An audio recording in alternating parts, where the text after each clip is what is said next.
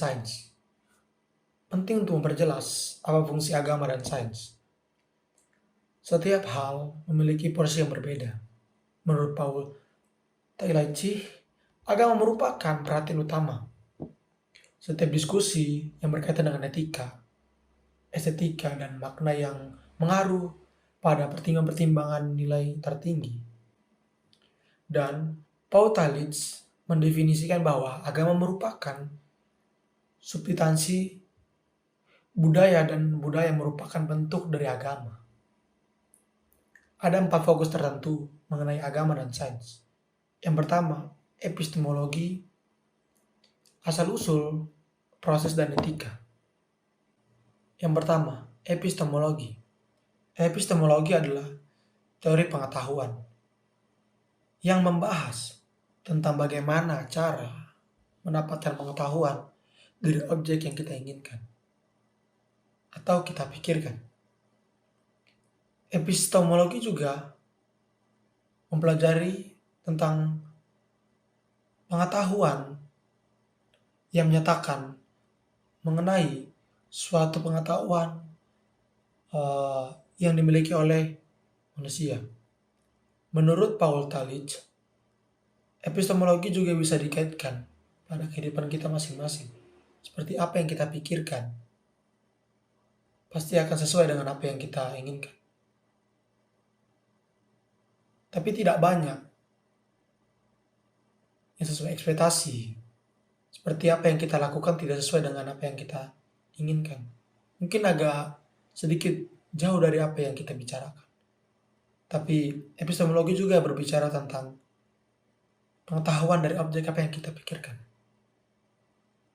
Jadi apa yang kita pikirkan harus sesuai dengan ekspektasi kita. Yang kedua, asal-usul. Asal-usul tidak jauh beda dengan apa yang telah saya bacakan tadi. Bahwa asal-usul memiliki tujuan masing-masing atau memiliki satu tujuan. Walaupun agak sedikit berbeda, asal-usul memiliki satu pemahaman yang sama.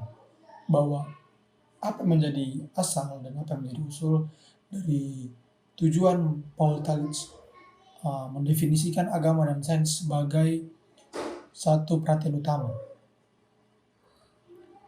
Dia juga menyampaikan bahwa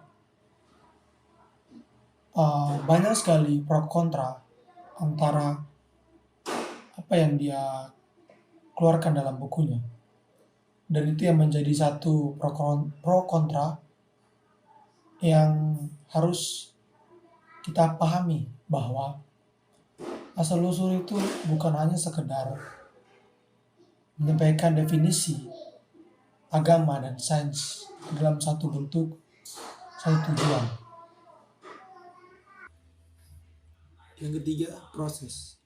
Proses itu sendiri berbicara tentang apa yang kita lalui, apa yang kita lewati selama kita hidup. Paul Tillich juga banyak melewati masalah yang dia hadapi dalam kehidupannya. Bahkan banyak juga dia menemui bahkan yang menghampiri dia adalah masalah. Berbicara tentang proses tadi, bahwa tidak mudah untuk menjadi apa yang kita inginkan saat ini kalau kita tidak bisa melewati proses di mana kita memakan garam pahitnya dunia. Proses juga mendefinisikan sebagai satu substansi budaya, dan budaya merupakan bentuk dari agama. Jadi sains dan agama juga memiliki proses untuk mereka menjadi satu bentuk dan memiliki tujuan. Yang keempat, etika. Etika itu berbicara tentang attitude kita.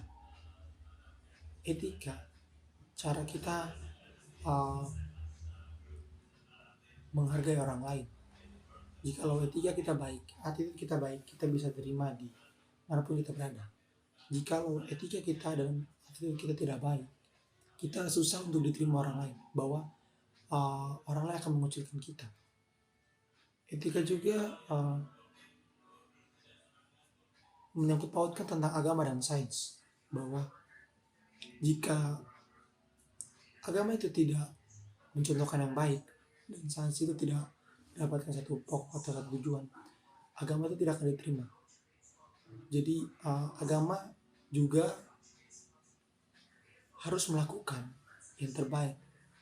Jadi agama itu adalah satu cerminan bagaimana kita diajarkan, gimana kita bisa menghargai orang lain. Jadi tidak jauh beda dengan etika. Karena di agama kita sendiri juga diajarkan bahwa etika itu harus ada agar engkau bisa dihargai. Dan sains juga tidak secara langsung itu menyangkut pautkan etika juga. Agama menjelaskan bahwa di mana agama itu berada, siapa yang mengajarkan bahwa etika itu memang harus ada. Jadi etika itu sendiri memiliki satu porsi dan disatukan dengan agama dan sains. Iman didefinisikan sebagai dasar dari segala sesuatu yang kita harapkan dan kita buktikan dari segala sesuatu yang tidak dapat kita lihat. Menurut Kristen, kata iman dalam bahasa Ibrani berasal dari kata emun, yang berarti kesetiaan, dan kata batek yang berarti percaya. Dalam bahasa Yunani, iman berasal dari kata pits, yang berarti kepercayaan, keyakinan, dan iman itu sendiri. Dan iman Kristen adalah akal budi kita, atau pistoi, yang berarti percaya, yakin, mengimani. Dalam istilah bahasa Inggris, kata ini mempunyai pengertian yang sama dengan pengertian di atas, yaitu fatih, berarab, kepercayaan dan keyakinan. Jadi, menurut saya, iman itu memiliki satu porsi, memiliki pemahaman masing-masing. Jadi kita tidak bisa menjadi satu patokan bahwa iman itu didasarkan oleh satu tujuan, tapi iman itu berasal dari diri kita sendiri, dari orang percaya kepada Dia, yaitu Tuhan. Iman itu sendiri berkembang, bukan hanya berkembang tapi bertumbuh dalam kehidupan kita masing-masing. Iman itu yang menguatkan kita agar kita tetap teguh, tetap percaya bahwa Tuhan selalu membantu kita dalam susah dan senang, membantu kita dalam menyelesaikan masalah dan banyak hal. Maka iman didefinisikan sebagai satu kepercayaan dan keyakinan bagi umat percaya. Bagaimana peran iman? Seorang filsuf yang hidup pada abad ke-17 sampai 18, yaitu Immanuel Kant, membagi rasio ke dalam 3 bagian, yaitu akal murni, akal praktis, dan akal kritis. 3 akal ini memiliki fungsi masing-masing. Justru dari 3 ini memiliki pemahaman yang beda-beda, bisa kita samakan. Kalau akal murni itu sendiri sudah ada saat kita kecil, remaja, dewasa, hingga kita tua nanti. Karena dia sangat berguna bagi kita. Apa yang kita lakukan pasti kita pakai akal. Untuk menyelesaikan masalah kita pakai akal. Semua hal kita lakukan pakai akal. Berjauh beda dengan praktis. Dia tuh hanya seperti kayak spontan begitu. Sangat berbanding jauh dengan akal murni. Akal murni semakin kita asah, dia semakin tajam. Jadi guna akal murni itu ya sangat berdampak bagus bagi kita. berdampak baik. Kalau akar murni ini dia lebih fokus kepada akal kita sendiri. Kalau akal praktis, dia hanya sedikit jauh berbeda dengan akal murni. Kalau akal praktis dia hanya spontan. Dia juga bisa hilang. Dia tidak bertahan lama seperti akal murni. Untuk akal kritis, dia ada dua bagian, sesuai di luar manusia dan di dalam manusia itu sendiri.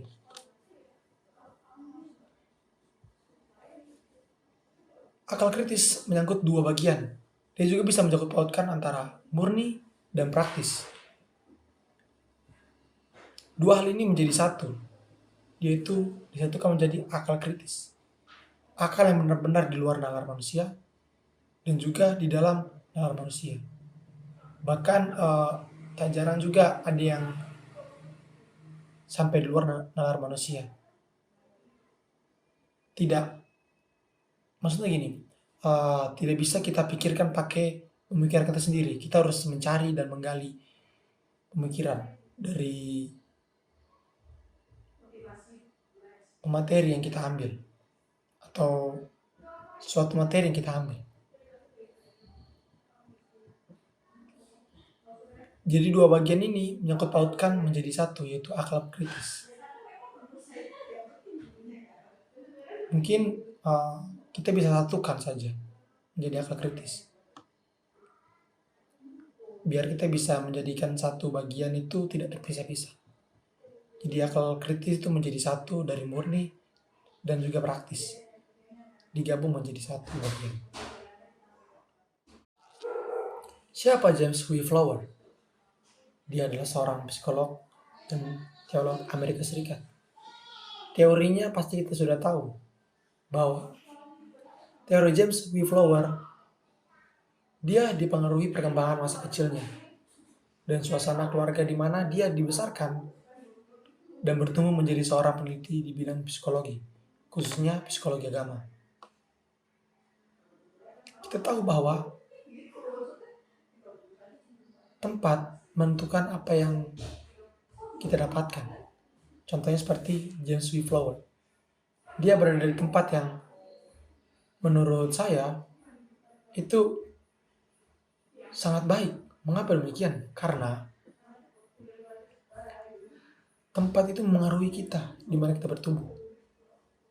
Kalau tempat kita bagus dan bisa mendorong kita bukan bahwa lagi, berarti kita tidak sia-sia berada di tempat itu atau berada di keluarga tersebut. Kalau kita berada di lingkungan yang tidak mendukung kita, percuma kita punya bakat tapi tidak digunakan. Makanya menurut saya James W. Flower ini sangat terobsesi dengan bidang penelitian psikologi hingga dia mempelajari psikologi agama. Keterkaitan kepada bidang ini juga sangat berpengaruh oleh suasana pengalaman spiritualitas lingkungan yang membesarkan serta pengalaman penelitian yang digeluti. Dari kecil hingga dia dewasa, kita bisa lihat bahwa James W. Flower bukanlah orang yang main-main. Karena dari kecil dia sudah belajar banyak, dia sudah mengenal banyak apa itu psikologi. Makanya tidak heran kalau dia adalah seorang psikolog dan teolog Amerika Serikat. Karena dia sudah menggeluti penelitian itu di bidang psikologi dan lingkungannya yang sangat mendorong dia untuk menjadi seorang peneliti. Faktor-faktor yang mempengaruhi perkembangan iman. Ada beberapa faktor yang mempengaruhi perkembangan iman suatu individu atau manusia. Yang pertama yaitu perkembangan kognitif. Perkembangan kognitif ini merupakan sebuah sistem operasi pemikiran dan penilaian yang terintegrasi. Jadi dalam perkembangan kognitif ini, aspek logika itulah yang akan menjadi faktor pengaruh perkembangan individu tersebut. Yang kedua yaitu pengalaman hidup. Pengalaman hidup merupakan faktor yang mempengaruhi perkembangan iman. Manusia pada hakikatnya memusatkan perhatian pada dinamika, proses pembentukan, perubahan dan kemajuan dalam hidup. Nah, dalam perkembangan iman manusia, pengalaman hidup itu merupakan faktor yang mempengaruhi perkembangan iman, di mana individu itu menafsirkan peristiwa dan pengalaman yang berlangsung, termasuk dasar keterikatannya yang melibatkan menjalin hubungan dengan sesamanya. Yang ketiga, dimensi relasi. Menurut Fowler, kepercayaan eksistensial berawal dari relasi. Nah, kepercayaan eksistensial ini menunjukkan kepercayaan pada orang lain, penyerahan diri, harapan, serta rasa kebergantungan kepada orang lain. Di sisi lain, dari kepercayaan eksistensial adalah cinta kasih, komitmen, dan kesetiaan dengan yang lain. Yang keempat, yaitu lamanya masa studi. Dari penelitian Pascarella dalam Powell 2012 bahwa ada perubahan signifikan saat mahasiswa menghadiri kuliah. Di faktor ini, kita membahas mahasiswa. Studi ini menemukan bahwa pengalaman mahasiswa di perguruan tinggi secara akademik punya manfaat dalam perkembangan kognitif. Semakin lama mahasiswa itu menghadiri kuliah di perguruan tinggi, semakin mahasiswa itu akan menghadapi banyak tantangan dan hambatan serta pengalaman. Yang kelima yaitu budaya. Dalam budaya ini memiliki dampak terhadap perkembangan iman mahasiswa di perguruan tinggi. Identitas budaya dapat berinteraksi dengan identitas spiritual mahasiswa untuk menciptakan pengalaman yang unik dan berbeda. Pengalaman hidup mahasiswa dalam kaitannya dengan identitas budaya dan spiritual dapat dieksplorasi untuk membantu para mahasiswa dalam proses pencarian makna hidup menuju pada tahap perkembangan iman yang lebih matang. Tahapan perkembangan iman menurut Fowler terdiri dari yang pertama, tahapan intuitif proyektif, di mana anak yang berusia dari 3 sampai 7 tahun. Pada tahap ini, keyakinan ini merupakan hidup dalam imajinasi dan kehidupan batin anak yang saat usia ini masuk dalam kehidupan fantasi. Nah, pada tahap ini, anak bebas untuk mengekspresikan dirinya tanpa ada kekangan dari orang tuanya. Dan pola pikir mereka juga masih sangat sederhana dan terbatas. Tahap yang kedua yaitu iman mitos harfiah, yang terdiri dari 7 tahun sampai 12 tahun. Pada tahap ini, keyakinan ditafsirkan secara literal sekutu, yang artinya pada tahap ini anak sudah bisa berbicara dengan jelas dan sudah mulai bersosialisasi dengan lingkungan sekitar.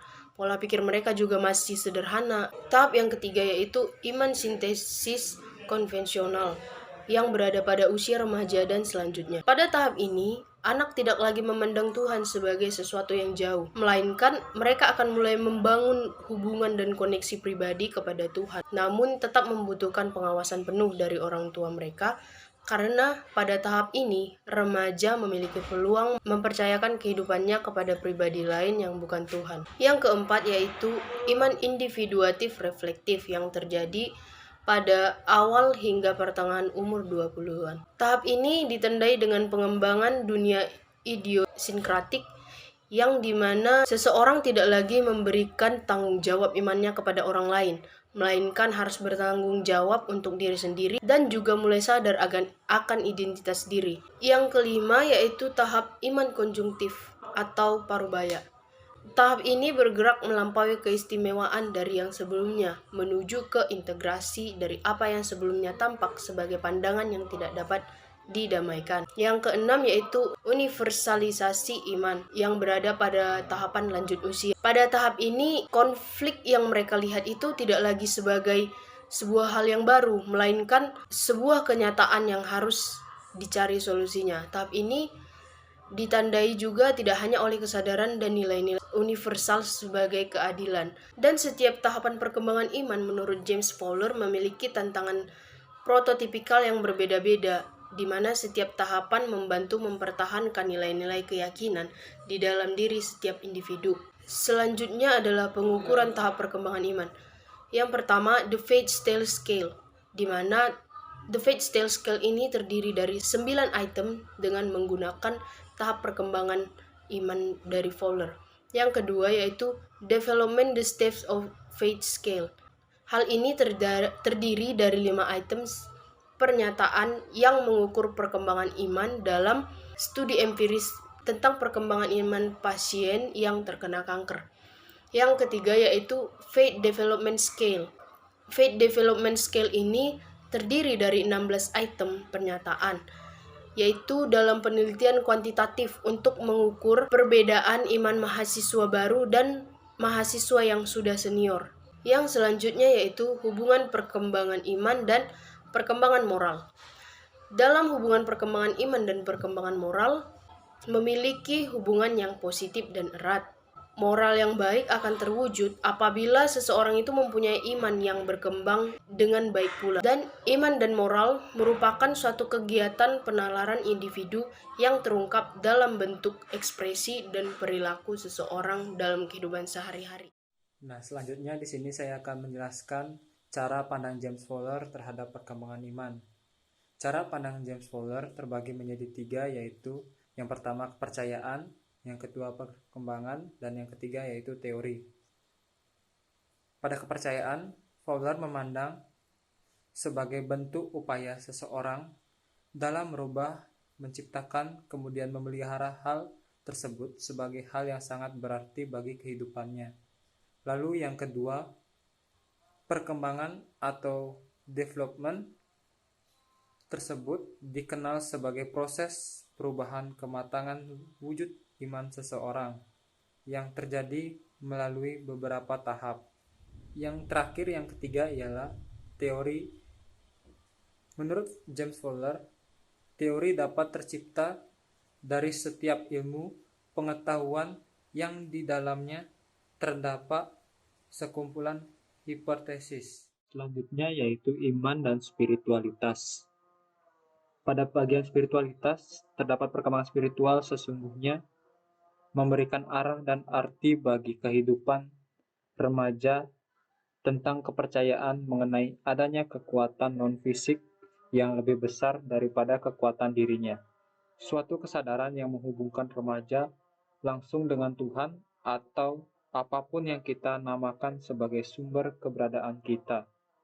Spiritual juga berarti kejiwaan, rohani, batin, mental, dan juga moral.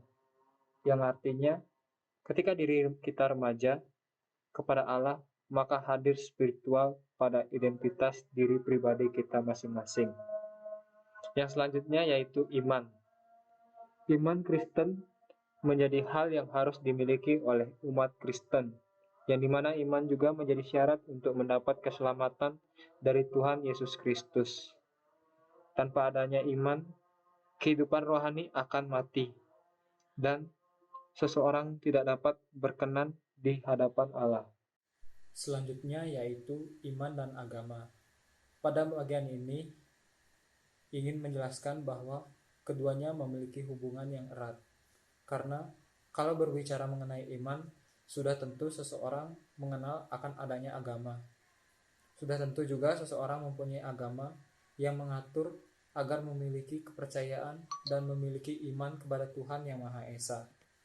Proses perkembangan iman membutuhkan proses yang melewati berbagai tahapan, bukan hanya penerapan secara teori yang diperlukan, akan tetapi praktik juga harus dilakukan.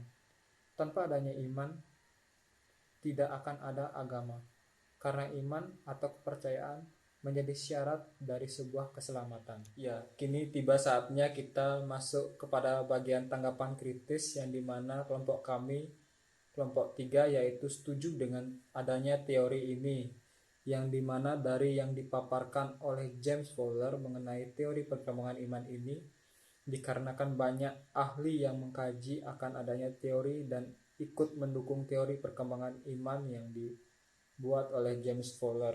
Dalam buku State of Faith, James Fowler mengembangkan teori perkembangan iman ini dan diterapkan pada mereka yang menganut agama-agama tradisional maupun yang menganut spiritualitas alternatif atau sekuler.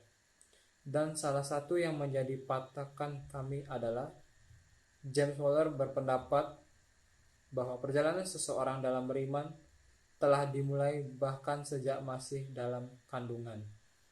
Setelah tanggapan kritis yang diberikan oleh kelompok kami, selanjutnya kami akan memberikan kesimpulan dari materi yang telah kami bahas ini, yaitu setiap tahapan-tahapan perkembangan iman ini sejajar dengan teori perkembangan kognitif Piaget dan Vygotsky, dan juga teori perkembangan moral menurut Lawrence Kohlberg. Dalam hal ini, mereka bersifat struktural atau teratur. Tahapan perkembangan iman memiliki 6 tahap yang dimana setiap tahap mewakili cara penelaran daripada prinsip iman tertentu. Sehingga seseorang tidak dapat melewati satu tahap dalam proses perkembangan iman. Yang dimana teori ini juga dapat membantu manusia untuk berkomitmen penuh dengan imannya yang disesuaikan dengan perkembangan usianya.